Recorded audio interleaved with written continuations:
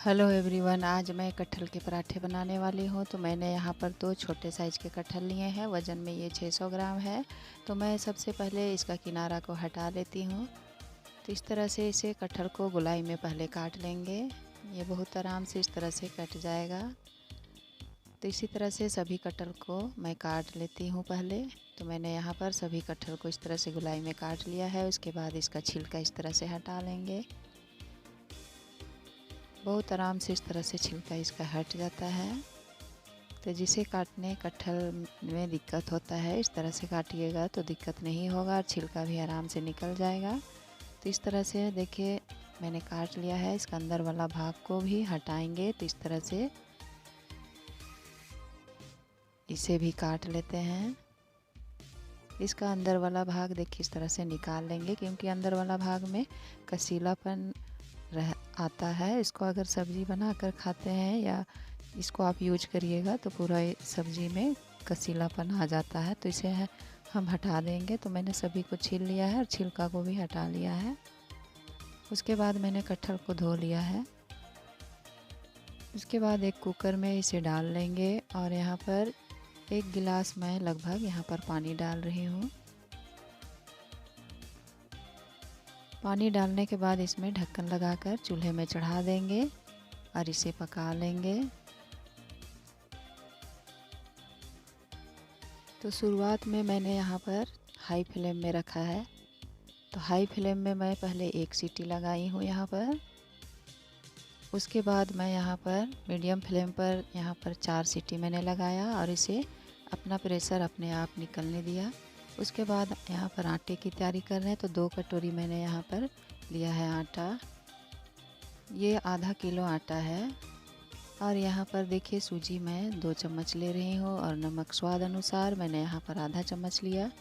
और इसे पहले हल्का सा मिला लेते हैं और थोड़े थोड़े पानी यहाँ पर डालकर डो तैयार कर लेंगे। जिस तरह रोटी बनाने के लिए आटा गूंथते हैं बस उसी तरह से यहाँ पर गूंथ लेना है। सूजी को आप चाहे तो डाल सकते हैं या तो नहीं भी डाल सकते हैं, पर सूजी डालने से आपके पराठे में एक क्रिस्पीपन आ जाएगा। ये गर्मा गर्म बहुत अच्छा लगता है। तो इस तरीके से मैंने यहाँ पर गूंद लिया है और इसे ढककर साइड में रख देंगे। अब यहाँ पर कटहल को चेक करेंगे। तो देखिए प्रेशर अपने आप निकल चुका है। और कटहल को भी यहाँ पर चेक कर लेते हैं। तो देखिए बहुत अच्छा से ये पक चुका है। तो इसका पानी को पहले हटा लेंगे। तो मैंने यहाँ पर पानी हटा लिया है कटहल का। उसके बाद एक बड़े से बर्तन लेंगे और उसमें इस तरह से मस लेंगे अच्छी तरह से। जब कटहल अच्छी तरह से गर्म रहे उसी समय इसे मसल लेंगे तो अच्छी तरह से देखिए ये मैश हो जाता है। तो इसे मैंने मैश कर लिया। उसके बाद मैंने चूल्हे में कढ़ाई को चढ़ाया और 1 चम्मच लगभग भर कर मैंने यहाँ पर धनिया लिया है और छोटे चम्मच में 1 चम्मच मैंने जीरा लिया है। और यहाँ 2 लाल मिर्ची इसे तोड़ कर डालेंगे और इसमें जब तक सौंधापन ना आ जाए तब तक इसे अच्छी तरह से भून लेना है। तो देखिए ये बहुत अच्छा खुशबू आने लगा और भून भी चुका है। तो मैं इसे निकाल रही हूँ प्लेट में। ये हल्का जब ठंडा हो जाए तो इसे दरदरा सा कूट लेंगे। आप चाहें तो इसका पाउडर भी बनाकर डाल सकते हैं। तो मैंने यहाँ पर दरदरा इसे कूट लिया है।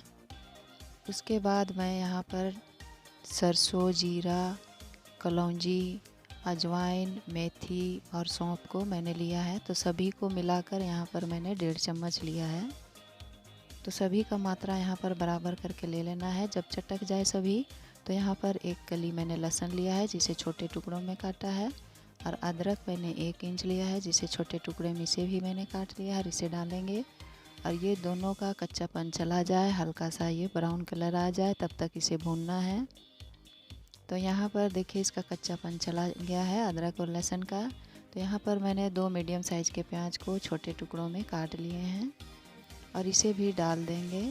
और मैं अभी मीडियम फ्लेम पर ही इसे भूनूंगी। तो इसे बस हल्का सा सॉफ्ट कर लेना है प्याज को, इसे ज़्यादा भूनेंगे नहीं। तो सॉफ्ट हो चुका है प्याज। तो यहाँ पर कटहल को डाल देंगे और अभी मैं मीडियम फ्लेम ही रखी हूँ। उसके बाद यहाँ पर मैं 5 हरी मिर्ची को काट कर छोटे टुकड़ों में रखी थी, तो मैं इसे भी डाल देती हूँ। तो आप जितना तीखा खाना चाहते हैं उस अनुसार यहाँ पर डाल सकते हैं। उसके बाद स्वाद अनुसार यहाँ पर नमक डालेंगे, तो मैंने आधा चम्मच यहाँ पर नमक लिया है। उसके बाद मैं यहाँ पर थोड़ा सा हल्दी डालूँगी, ये आधा चम्मच से भी थोड़ा सा कम है। उसके बाद गरम मसाला आधा चम्मच यहाँ पर डालेंगे और इसे अच्छी तरह से मिलाएंगे और भूनेंगे। तो यहाँ पर थोड़ा सा हींग डालेंगे, तो चुटकी भर मैंने यहाँ पर हींग डाला है। आप चाहें तो यहाँ पर अमचूर पाउडर भी डाल सकते हैं, पर मैं यहाँ पर नहीं डाल रही हूँ। उसके बाद यहाँ पर मैंने इसे 1.5 मिनट भूना कटहल को। उसके बाद मैंने यहाँ पर फ्लेम को कर दिया है बंद। यहाँ पर कूटा हुआ मसाले को मैंने डाल दिया है और धनिया पत्ता यहाँ पर काट कर डाल देंगे और इसे अच्छी तरह से मिला लेंगे। तो ये मसाला बहुत ही अच्छा लगता है। आप चाहें तो इसे ऐसे भी भुंजिया के तौर पे आप चावल के साथ या रोटी के साथ खा सकते हैं, ये बहुत ही अच्छा लगता है। तो देखिए अब यहाँ पर मैंने इसे निकाल लिया है एक बर्तन में और आटे को अब चेक करते हैं। तो ये थोड़ा सा मुझे गीला लग रहा है, तो यहाँ पर थोड़ा सा सूखा आटा लेंगे और अच्छी तरह से इसे फिर से मसल लेंगे। उसके बाद इस आटे को मैं 2 भाग में बांट लेती हूँ। तो आपको इस तरह से जितना बड़ा पराठा बनाना है उस साइज का इस तरह से लोइया काट लेना है।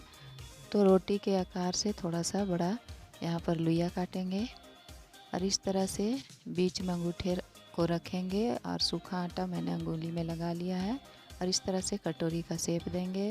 और आपको जितना यहाँ पर भरना है मसाले को, कटहल का यहाँ पर जो मसाले मैंने बनाए हैं तैयार किए हैं उसे इस तरह से भरते जाना है।